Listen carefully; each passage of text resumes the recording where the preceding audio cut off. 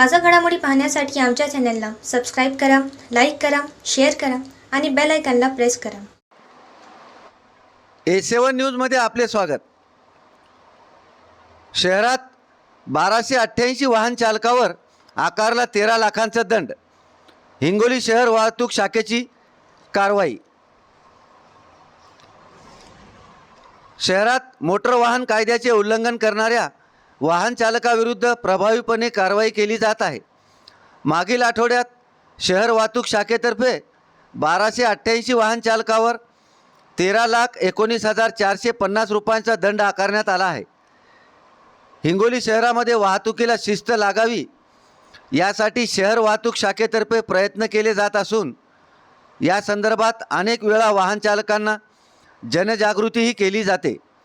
हिंगोली शहरात 10 जून ते 16 जून या दरम्यानच्या कालावधीत शहर वाहतूक कायद्याचे उल्लंघन करणाऱ्या वाहन चालकावर दंडात्मक कारवाईचा बडगा उपसण्यात आला. त्यात भरधाव वेगातील वाहने चालविणाऱ्या 258 वाहन चालकावर 5,18,000चा दंड आकारण्यात आला.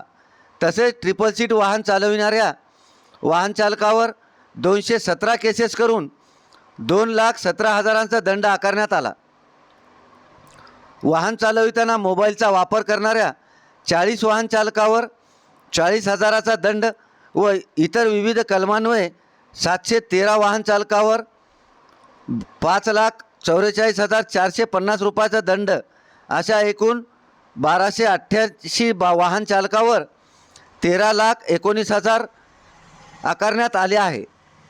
ही कारवाई पोलीस अधीक्षक जी श्रीधर, अप्पर पोलीस अधीक्षक अर्चना पाटील यांच्या मार्गदर्शनाखाली हिंगोली शहर वाहतूक शाखेचे पोलीस निरीक्षक विष्णुकांत गुट्टे, सहायक पोलीस निरीक्षक शेषराव राठोड, गजानन राठोड, शेषराव राठोड, सुभाष घुगे, वसंत चव्हाण, शिवाजी पारिसकर, संभाजी मोरे, संजय चव्हाण, संतोष घुगे, राजकुमार सुर्वे, सुषमा भाटेगावकर, भारती दळवे, विद्या भुजबळे यांनी केली आहे.